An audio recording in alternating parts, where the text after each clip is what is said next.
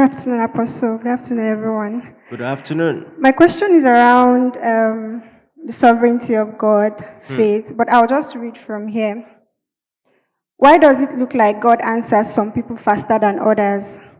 For example, you could see someone with maybe a terminal disease, faithfully serving God in spite of it, devoted in service to God and humanity, yet still suffering the ailment.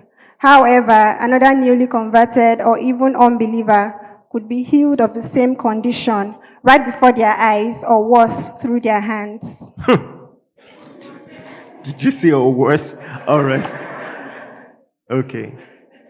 So that's the question, right? There's a follow-up question that I think I should also read with it. It says that when certain believers say any Christian living with a chronic illness or any illness at all haven't received their healing simply because they haven't had enough faith to receive. Is there any truth in this? What would God say, and what does the Bible really teach? If this concept is true, what really is enough faith? Because there's still the part of God is sovereign, He will do what He will do, and there's a part of God wants us well. So how do we... Let me ask you a question. It's a totally unrelated question. Why are some people poor? I would say because we're in a fallen world. One, It could also be... because in a fallen world, not everyone is poor. It could also be maybe opportunities in life. Two, Exposure, laziness. 3, 4. Even the family you were born into. Yes, sir. So, I'm headed somewhere. I'm just letting you know one problem can have 10 or more likely causes. And unfortunately, this is one of the questions that you cannot just paint with the same brush.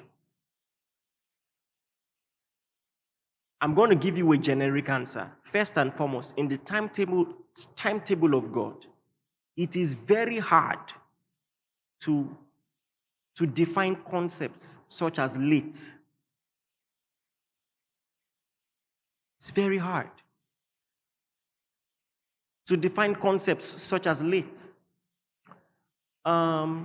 Someone received a testimony early. Someone receives a testimony late.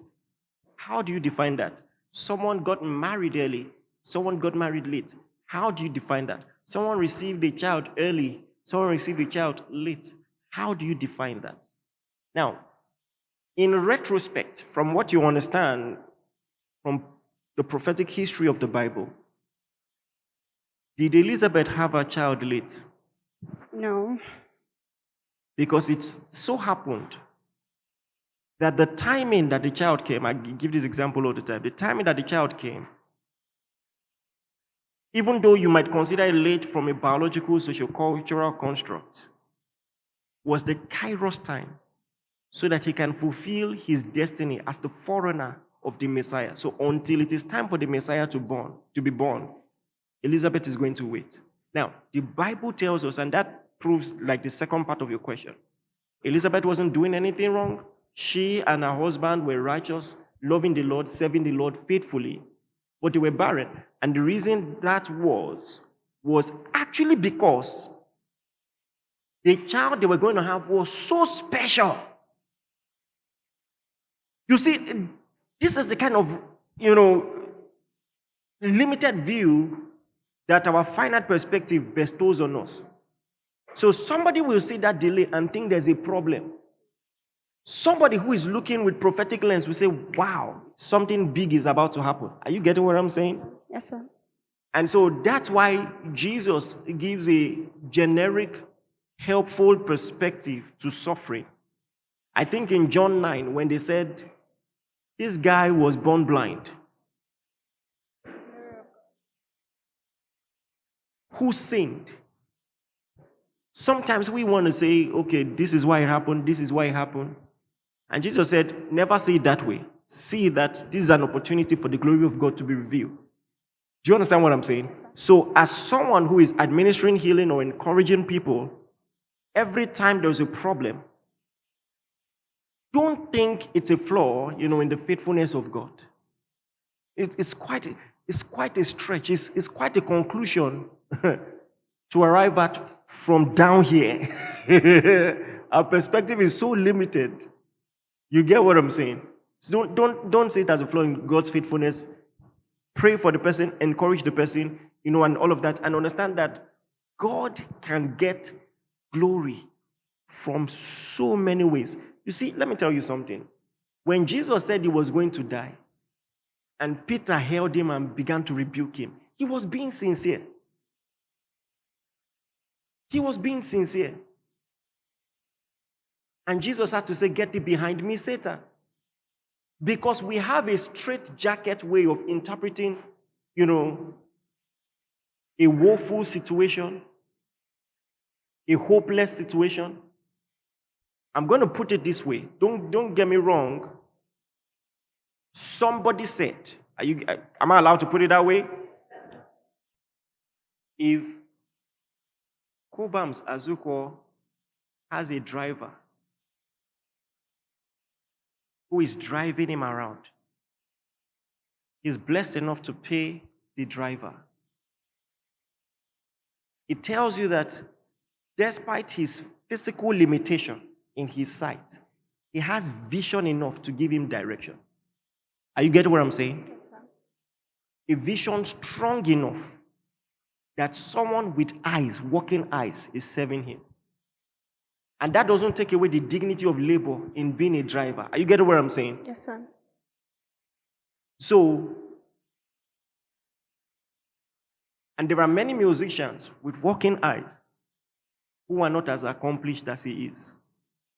I'm just saying, the wisdom of God is very deep, very broad, that you can't always understand all these things. Are you getting what I'm saying? But one thing we can conclude, God is always good. And let me tell you the truth as a preacher. As I grow personally, I'm seeing more results. There are some testimonies I'm seeing now I wasn't seeing 5 years ago. The testimonies I was seeing 2 years ago, I wasn't seeing 10 years ago. So as I'm growing, the convenient thing to conclude is that God is choosing to heal some people and not to heal some people. But the truth is, as I grow in revelation, are you getting what I'm saying? I'm seeing more results. That's just the fact. So, like I said, one problem can have 10 different likely causes. I will tell you the fact. In some cases, it's the faith of the people. In some cases, maybe there was not enough supernatural power manifest to move that problem. In some cases, all things are equal. The faith level is there, the power level is there, but God wants to establish something in his divine purpose and in his divine timing. Are you getting what I'm saying? So there are just so many aspects and so many layers to this. But the good news is this. There is no single prayer for a healing that has not already been answered in the gospel. It's just a matter of time. That when Christ comes and we receive our new bodies, there won't be a single person with speech impediments or hearing deficiency or blindness or lameness. All our questions are answered in the gospel. Are you getting what I'm saying? But from our finite standpoint again, living 80 years, 90 years is a long time. But it's infinitesimally insignificant in comparison with eternity that God promises. Are you getting what I'm saying? I don't know if that helps a little bit. Yes, it does. Okay. And I'm going to ask a question based on what you said and what I was thinking. There's the part of when you're trying to administer healing to someone and they make it look like you probably did not have enough power or faith to heal the person, or the person did not have At faith. the end of the day, we all have the tendency to blame it on something. That is what Jesus was correcting in John 9. That there is somebody suffering, and what you're thinking of is who sinned. So the person receiving is saying you don't have enough power. You administering is saying they don't have enough faith. Have you seen the Spider-Man meme?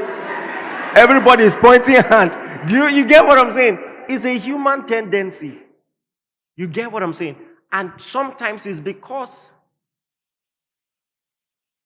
sickness or deficiency is so uncomfortable, we want to escape it. We feel like when we have the reason, we will have respite. Some of you know what I'm saying, don't you? But it's okay not to understand why.